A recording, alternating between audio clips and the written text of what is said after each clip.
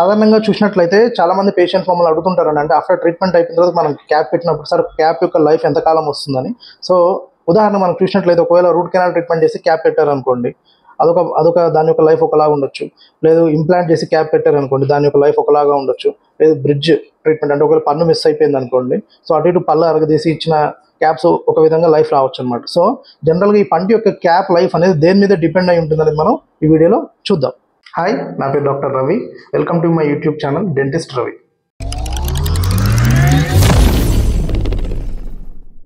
ఈ క్యాప్స్లో రకాలు, వాటి యొక్క క్వాలిటీ, వాటి యొక్క కాస్ట్, వీటి గురించి నేను ఇంతకుముందు వీడియో చేశానండి. ఆ వీడియో యొక్క లింక్ నేను డిస్క్రిప్షన్లో పెడతాను. టాపిక్ వచ్చేసి మనకి చూసినట్లయితే క్యాప్ యొక్క లైఫ్ ఏ విధంగా ఉంటుంది. సో ఉదాహరణకు మనకి for example root canal treatment చేసి క్యాప్ పెట్టారు అనుకోండి. ఫర్ ఎగ్జాంపుల్ ఈ టీత్ ఉంది, సో ఇది పన్ను పుచ్చింది, దీనికి రూట్ కెనాల్ ట్రీట్మెంట్ చేశారు, సో ఈ విధంగా క్యాప్ పెట్టారు. సో ఓకే, సో ఫస్ట్ ఈ ఫ్యాక్టర్స్ మనం దేని మీద డిపెండ్ అవుతాయి అంటే ఈ టీత్ యొక్క స్ట్రక్చర్ మీద డిపెండ్ అయి ఉంటుంది. అంటే ఉదాహరణకి పన్ను బాగా పుచ్చింది అనుకోండి, జనరల్గా మనకి పంటి పై భాగం 30% ఉంటుంది, మిగతా 70% కింద వేరు భాగం ఉంటుంది అనమాట లోపల. సో ఎప్పుడైతే ఈ 30%లో మనకి చాలా వరకు ఎక్కువ డ్యామేజ్ అయింది అనుకోండి, సో డెంటిస్ట్ ఏం చేస్తారు, దాన్ని సేవ్ చేయడానికి రూట్ కెనాల్ ట్రీట్మెంట్ చేసి కాపాడతారు. సో రూట్ కెనాల్ ట్రీట్మెంట్ చేసి ఒకవేళ ఏదైతే స్ట్రక్చర్ మిస్ అయిందో ఆ స్ట్రక్చర్ని బిల్డప్ చేసి దానిపైన మనకి ఈ విధంగా క్యాప్ అనేది ఇస్తారనమాట. ఓకే, సో లోపల ఎప్పుడైతే స్ట్రక్చర్ తక్కువగా ఉందనుకోండి, జనరల్గా దానికి కొంత స్ట్రెంత్ తక్కువ ఉండే అవకాశాలు ఎక్కువగా ఉంటాయి. సో అప్పుడు ఈ విధంగా మనం క్యాప్ ఫిక్స్ చేస్తాం. సో ఈ క్యాప్ ఫిక్సేషన్లో కూడా మనకి ఏంటంటే మెటల్ సెరామిక్ అనుకోండి ఉదాహరణకి, దాని లోపల మెటల్ ఈ విధంగా ఉంటుంది కాబట్టి, లోపల మెటల్ సర్ఫేస్ ఈ విధంగా ఉంటుంది కాబట్టి దాని యొక్క ఫిక్సేషన్ చాలా స్ట్రాంగ్గా జరుగుతుంది. జిర్కోనియాకి మనకి ఈ టైప్ జిర్కోనియా అంటే ఆల్ సెరామిక్ లోపల మనం ఫిక్సేషన్ చేయాలంటే దీనికి వాడే సిమెంట్ డిఫరెంట్ ఉంటుంది అనమాట. జనరల్ సిమెంట్ పెట్టకూడదు, పెడితే ఏంటంటే ఊడిపోతూ ఉంటుంది, ఎందుకంటే దీనికి గ్రిప్ అనేది కొంత తక్కువ ఉన్న అవకాశాలు ఉంటాయి. సో ఈ విధంగా టీత్ స్ట్రక్చర్ మీద డిపెండ్ అయి ఉంటుంది క్యాప్ యొక్క లైఫ్. నెక్స్ట్ క్యాప్ యొక్క క్వాలిటీ అనమాట. ఒకవేళ బేసిక్ క్వాలిటీ క్యాప్ అనుకోండి, ఉదాహరణకి మనకి మెటల్ సెరామిక్ అనుకోండి, ఈ విధంగా లోపల మెటల్ ఉండి పైన సెరామిక్ కోటింగ్ అనుకోండి. సో నమిలే ప్రక్రియలో అంటే వాళ్ళు ఫుడ్ బాగా తింటుంటారు, నమిలే ప్రక్రియలో మనకి ఏమవుతుందంటే మెటల్ సెరామిక్లో మనకి పైన ఈ విధంగా మెటల్ పైన సెరామిక్ లేయర్ అనేది పెచ్చులాగా ఊడిపోయే అవకాశం ఉంటుంది. సో ఇది వేర్ అండ్ టైర్ అనమాట. సో సాధారణంగా ఏ విధంగా అయితే మనకి కార్ల టైర్ రన్నింగ్లో ఎట్లా అరిగిపోతుంటాయో ఈ విధంగా మెటల్ సెరామిక్ అనేది అరిగిపోతుంటాయి బేసిక్ క్వాలిటీ.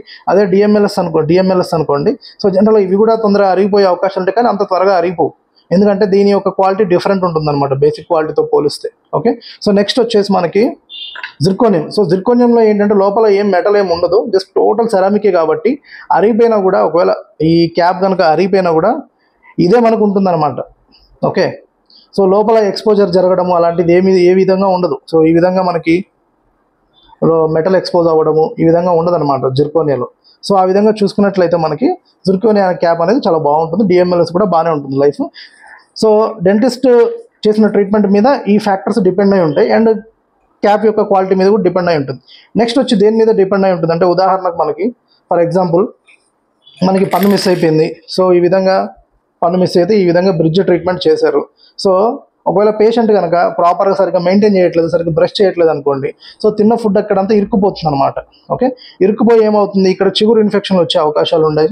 ఓకే, సో ఈ చిగురు ఇన్ఫెక్షన్ వచ్చే అవకాశం ఉన్నప్పుడు ఏమవుతుంది, ఇక్కడ చిగురు వాపుకు గురయ్యి ఇన్ఫెక్షన్ గురవుతుంది. సో ఎప్పుడైతే ఇన్ఫెక్షన్ గురైందో అక్కడ గ్రిప్ అనేది తగ్గిపోతుంది టీత్కి కూడా. సో గ్రిప్ తగ్గిపోయి కొన్నిసార్లు మనకి ఆఫ్టర్ లాంగ్ రన్ లోపల పెట్టిన సిమెంట్ కూడా లోపల తినేస్తుందండి. ఉమ్ములో సాల్ట్స్ ఉంటాయి, లిక్విడ్స్ ఉంటాయి, అవి లోపల పెట్టిన సిమెంట్ని కూడా తినేస్తూ ఉంటాయి. So quality of the cement కూడా మనకి రోల్ ప్లే చేస్తుంది. సో ఎప్పుడైతే మనకి ఈ లోపల సిమెంట్ పెట్టింది అరిగిపోయి లేదా ఈ గమ్ ఇష్యూస్ ఏమైనా వచ్చిందనుకోండి, అప్పుడు ఈ క్యాప్స్ అనేది లూజ్ అయ్యి ఊడిపోయే అవకాశాలు ఉంటాయి. వచ్చేసి ఒకవేళ ఇంప్లాంట్ చేసిన తర్వాత క్యాప్ పెట్టారనుకోండి, మనం అంతా ట్రీట్మెంట్ అంతా బాగానే చేస్తాం. సో ఈ విధంగా ఇంప్లాంట్ పైన క్యాప్ ఈ విధంగా ఫిక్స్ చేస్తామండి. సో ఈ ఫిక్సేషన్ కూడా రకాలు ఉంటాయి అనమాట, స్క్రూ రిటైన్ అని, సిమెంట్ రిటైన్ అని. సో అది డిపెండింగ్ అపాన్ ద కండిషన్ మనం డిసైడ్ చేస్తాం. బట్ వన్స్ ఇంప్లాంట్ పైన మనం క్యాప్ పెట్టిన తర్వాత పేషెంట్ తన మెయింటెనెన్స్ మీద డిపెండ్ అయి ఉంటుంది. ఇంప్లాంట్ ఒక మెయింటెనెన్స్ మీద తను మెయింటెనెన్స్ సరిగ్గా చేసుకోలేదు అనుకోండి, ఎందుకంటే డెంటిస్ట్ వాళ్ళ ఎఫర్ట్స్ వాళ్ళు చేస్తారు, ప్రాపర్గా పెడతారు, సో ఫెయిల్యూర్ అనేది జరిగే తక్కువగా ఉంటుంది. సో వన్స్ పెట్టిన తర్వాత ఇంప్లాంట్ మెయింటెనెన్స్ అనేది చాలా ఇంపార్టెంట్ అనమాట. అంటే ఇంప్లాంట్ ఉన్న ఏరియాలో మనకి ఫుడ్ ఇరుక్కోకూడదు, చాలా జాగ్రత్తగా మెయింటైన్ చేసుకోవాలి. ఎందుకంటే ఒకవేళ ఫుడ్ ఇరుక్కొని గమ్ ఇన్ఫెక్షన్ వచ్చింది అనుకోండి, ఇంప్లాంట్ ఫెయిల్ అయ్యే అవకాశాలు ఎక్కువగా ఉంటాయి. ఓకే, సో ఈ విధంగా మనకి ఎప్పుడైతే ఇది ఫెయిల్ అయింది అనుకోండి, ఫర్ ఎగ్జాంపుల్ ఇక్కడ ఈ ఇంప్లాంట్ కూడా లూజ్ అయ్యి క్యాప్ వచ్చే అవకాశాలు కూడా ఉంటాయి అనమాట. ఒకవేళ పన్ను క్యాప్ ఊడిపోయింది అనుకోండి, అది ఎందువల్ల ఊడిందనేది మనం ఒకసారి చెక్ చేసుకోవాలన్నమాట. కొన్నిసార్లు లోపల పెట్టిన సిమెంట్ అరిగిపోయి మన నోట్లో ఉండే ఉమ్ము దాన్ని తినడం వల్ల క్యాప్ అనేది ఊడిపోతుంది. కొన్నిసార్లు చిగుర్లు ఇన్ఫెక్షన్ అయ్యే అవకాశం ఉంటుంది, సరిగ్గా మెయింటైన్ చేయకపోతే చిగుర్లు ఇన్ఫెక్షన్ అయ్యే అవకాశం ఉంటుంది. సో ఉదాహరణకు ఒకవేళ మనం ఇక్కడ క్యాప్ ఉందనుకోండి, సో ఇక్కడ చిగురు ఇన్ఫెక్షన్ అయిపోయింది అనుకోండి. సో ఈ చిగురులో ఇన్ఫెక్షన్ అయినప్పుడు ఏమవుతుందంటే దీని మీద ప్రెషర్ క్రియేట్ అయ్యి క్యాప్ అనేది ఊడిపోయే అవకాశం ఉంటుంది. సో అలాంటప్పుడు ఏం చేయాలి, క్యాప్ అనేది ఊడిపోయిన తర్వాత ఆ ఏరియాలో బాగా క్లీన్ చేసుకొని, చిగురు ఇన్ఫెక్షన్ కనుక బాగా క్లీన్ చేసుకుని ఒక 1 వీక్ మౌత్ వాష్ వాడారనుకోండి, ఆ చిగురు టైట్ అయిపోతే దాని తర్వాత మీ పాత క్యాప్ ఏదైతే ఉందో మళ్ళీ ఫిట్టింగ్ లాగా మళ్ళీ సిమెంట్తో పెట్టించుకోవచ్చు. కొన్నిసార్లు క్యాప్ ఊడిపోయిన తర్వాత, కొన్నిసార్లు వన్స్ ఊడిన తర్వాత మళ్ళీ పెట్టాలంటే కొన్నిసార్లు ఫిట్ కావన్నమాట. సో అప్పుడు డెఫినెట్గా మనం కొత్త క్యాప్ వెళ్ళాల్సి వస్తుంది. కొంతమంది ఏం చేస్తారంటే నాన్ వెజ్ లవర్స్ ఒకవేళ ఉంది కదా వారంటీ అని చెప్పి బాగా గట్టిగా తిందాలని ట్రై చేస్తారు. ఒకవేళ కొన్నిసార్లు 2 ఆప్షన్స్ జరగచ్చు. కొన్నిసార్లు క్యాప్ విరిగే అవకాశం ఉంటుంది. జనరల్గా మెటల్ సెరామిక్ కానీ డిఎంఎల్ఎస్ కానీ క్యాప్ విరగవండి.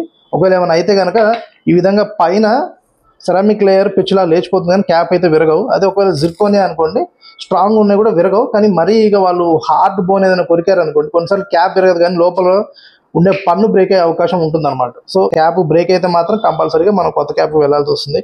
క్యాప్ ఊడిపోతే మాత్రం మళ్ళీ సిమెంట్ చేసి రీఫిక్సేషన్ చేయొచ్చు. అంటే కొన్నిసార్లు 5-10 ఏళ్ళ తర్వాత క్యాప్ ఊడిపోయింది అనుకోండి, మళ్ళీ ఆ క్యాప్ పట్టింది అనుకోండి, చెక్ చేస్తే క్యాప్ బాగానే ఉందనుకోండి, సిమెంట్ చేసి రీఫిక్సేషన్ చేసుకోవచ్చు. బట్ పెట్టిన తర్వాత అంత బెటర్మెంట్ ఫిట్ రావట్లేదు, కొత్త క్యాప్ వెళ్ళాల్సి వస్తుంది. లేదు కొన్నిసార్లు బై ఏజ్ కొన్నిసార్లు చిగులు బాగా కిందికి జారిపోయి ఉండొచ్చు, క్యాప్ పెట్టినా కూడా ఊడిపోయిన క్యాప్ పెట్టినా కూడా గ్యాప్ కనిపిస్తుండొచ్చు, ఈ వేరు భాగం ఎక్స్పోజ్ అయిపోయి. సో అప్పుడు డెఫినెట్గా కొత్త క్యాప్ వెళ్ళాల్సి వస్తుంది అనమాట.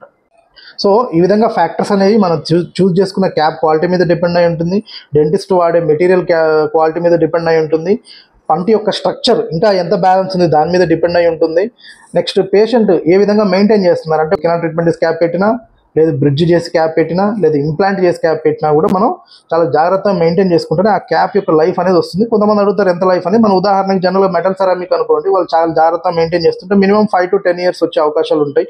అదే డిఎంఎల్ఎస్ అయితే మనకి అది కూడా 5 to 10 years వచ్చే అవకాశాలు ఉంటాయి. జిర్కోనియా కూడా జనరల్గా మనకి చాలా జాగ్రత్తగా చూసుకుంటే అది కూడా మినిమం 5 to 10 years వచ్చే సర్వీస్ ఇచ్చే అవకాశాలు ఉంటాయి. ఒకవేళ మనకి ఆ క్యాప్ కనుక ఆ సర్వీస్ ఇచ్చింది, బట్ ఉదాహరణకి నేను మనకి ఒక కేసు చేశాను. సో వాళ్ళకి ఏమైందంటే జనరల్గా మనకి ఈ విధంగా మెటల్ క్యాప్ ఉన్నది. సో ఆ మెటల్ క్యాప్ ఉన్న ఏరియాలో ఏమైందంటే దానికి మొత్తం ఈ విధంగా ఇక్కడ మెటల్ క్యాప్ ఉన్న ఏరియాలో సో టోటల్ ఇక్కడ చిగురు ఇన్ఫెక్షన్ మొత్తం అయిపోయింది అనమాట. సో చిగురు ఇన్ఫెక్షన్ అయిపోయి మెటల్ కూడా బ్రేక్ అయిపోయింది, పైన సెరామిక్ కూడా బ్రేక్ అయిపోయింది మెటల్ పైన. సో నేను వాళ్ళకి ఏం సజెస్ట్ చేశానంటే, యంగ్ పేషెంట్, సో వాళ్ళకి నేను ఏం సజెస్ట్ చేశానంటే జిర్కోనియా క్యాప్ పెట్టించుకోండి అని చెప్పాను. ఎందుకు, జనరల్గా ఈ మెటల్ ఉండడం వల్ల ఏంటంటే మనకి కొంచెం మెటల్ డిస్కలరేషన్ కానీ చిగురులో ఇన్ఫెక్షన్ వచ్చే అవకాశం కొంత ఎక్కువ ఉండే అవకాశం ఉంటుంది. అదే మనకి ఈ విధంగా జిర్కోనియం క్యాప్ అనుకోండి, సో ఇక్కడ ఫుడ్ లాడ్జ్మెంట్ అంటే ఫుడ్ ఇరుక్కుపోవడం కానీ ఫుడ్ని అట్రాక్ట్ చేయడం కానీ అనేది మనకి ఈ విధంగా జరగదు అనమాట. So depending upon the cap quality, depending upon the dentist fix చేసిన cement quality, depending upon the patients maintenance, వాళ్ళు మెయింటైన్ చేసే దాన్ని బట్టి మనకి క్యాప్ యొక్క లైఫ్ అనేది డిసైడ్ అవుతుంది. సో ఏ క్యాప్ అయినా కూడా మనకి తక్కువ మినిమం 5 to 10 years వరకు ఈజీగా వస్తాయి. ఇంకా బాగా మెయింటైన్ చేస్తే కొంతమంది 15 years కూడా వచ్చే అవకాశాలు ఉంటాయి. సో అదనమాట విషయం. ఓకే, సో ఈ వీడియో కనుక మీకు నచ్చినట్లయితే లైక్ చేయండి, షేర్ చేయండి అండ్ మా ఛానల్ని ఫాలో అవ్వండి. Thank you.